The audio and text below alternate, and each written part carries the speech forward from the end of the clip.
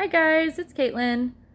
I just wanted to come on here and do a video about once you are saved, there's this false idea that life is going to be happiness, cupcakes, rainbows, and nothing bad is going to happen to you because everything's better and your Father's taking care of you. It is true that the Father is taking care of you, but people also have free will, so bad things happen. Not just because of the choices that you make, but that people make around you. So I just wanted to clarify that the Bible never says that life is going to be 100% better once you become a Christian. In fact, the disciples, Jesus' followers, knew that they were going to be persecuted and hated by the world, and they were told this. And most of them died from beheading or in awful ways because the world hated them and didn't like their message. And that is because the devil, if you believe in him, right now is the one that kind of is controlling what's going on in the world since the fall. That's a whole nother topic that we can talk about in another video. But basically, when you get close to God, you're probably going to be doing God's will. And if you're doing God's will, then you might save people. And that is the exact opposite of what the devil wants to happen. He wants destruction, he wants pain and hurt and anger and hatred, and death, ultimately. He wants you to go to hell. He wants your soul. He wants to win. And so when you get close to God, you might experience fear, you might experience anxiety, you might experience people coming up against you, you might experience more challenges. And for me personally, I have struggled with anxiety and fear and depression. And I just wanted to talk about the ways that I deal with that being a Christian, because it's not talked about a lot. In, like, say, if you were to go to a church or something like that, mental health isn't something that's really talked about a lot. So I just wanted to share my thoughts and my experiences with you. So I've had anxiety since I can remember, honestly. I started with me always, like, at night laying in bed and worrying that,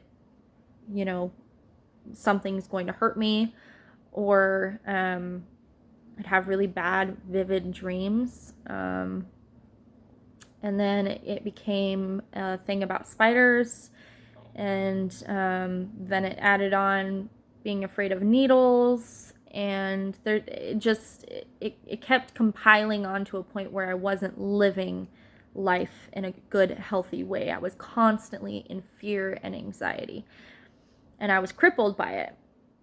And it could come on at any moment. I'd become super overwhelmed. And I didn't know how to deal with it until I started, I don't know, praying, and God kind of just helped me figure it out. So I wanted to share that with you.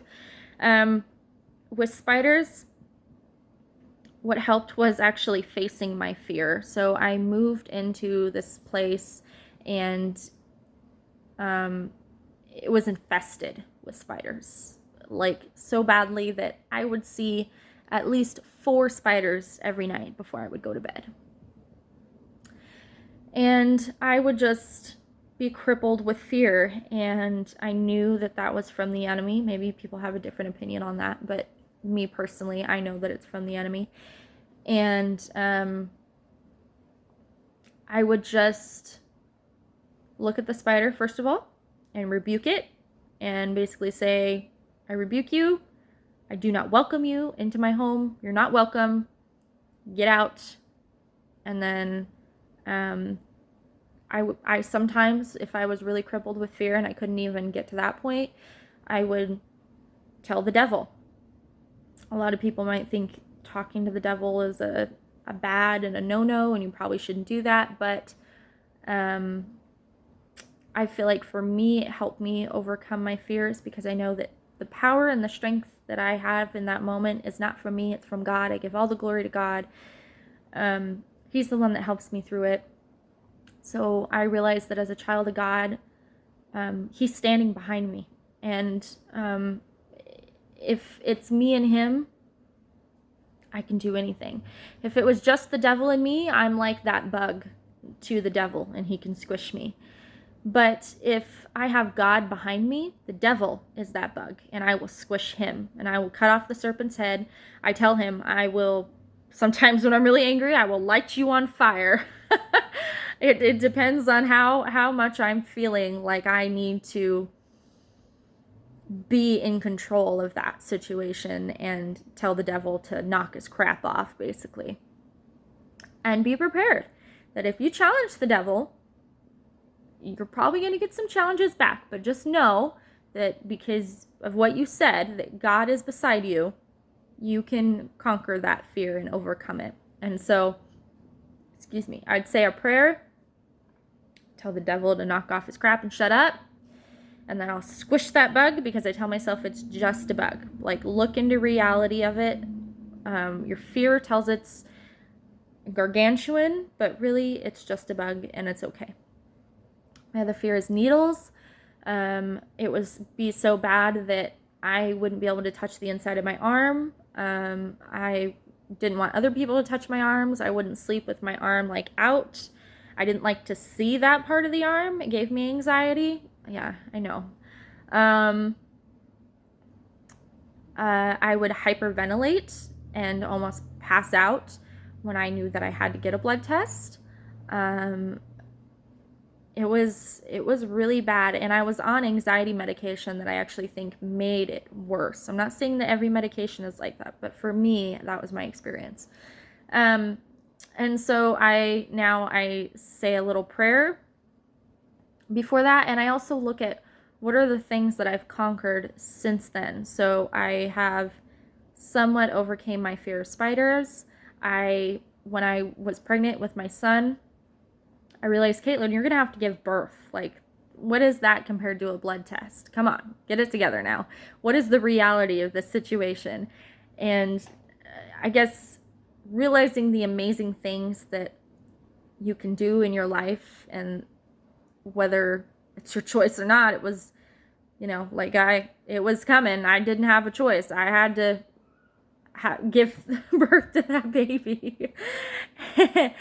And, I realized if I was going to do that, I needed to get over this fear, especially because I didn't want it to affect my children later on down the road. So that's just some things that I have done to deal with my anxiety and depression. Well, anxiety and fear, but with depression, I go to this really dark moment, and normally it's when I'm angry about something and I'm overwhelmed, and I'll just be in this really dark place, and I'll be rebellious, and I won't want to pray about it. I won't want to read the Bible. I won't want to talk to God. But then it pushes me to this point. I push myself to the point of, okay, you either choose to do this or you're going to go off the deep end. And so I realized that, okay, Caitlin, just stop being stubborn. Even if it didn't help, it's not going to hurt to read the Bible or pray to God. And so I'll pray. Normally his answer is read the Bible. So I read the Bible, and most of the time I hear what I need to hear to conquer whatever I'm angry about, or I'm depressed about, or I'm sad about. And it's not just one time. I've done this several times, reoccurring. I still do this, where I get down and I'm rebellious, and then I finally give in when I'm at my worst point. And then once I do, sometimes I hear the answer, and sometimes I have to keep going back and back again and again. And that's just, I think that's God giving me resiliency, but I don't know. I think that maybe hopefully my experiences can help somebody. I don't think that that's why he gave me those experiences, but I think that I can use them to help somebody. So anyways, I just wanted to share that with you guys, and thank you for watching till the end. Hope I didn't bore anybody or jibber jabber too much. But yeah, those are my experiences and my thoughts. So if you guys have any experiences or comments, you're welcome to share them. But in the comments, please be kind and loving, whether these are your beliefs or not. There's no reason to put others down. So yeah. Anyways, much love. Bye, guys.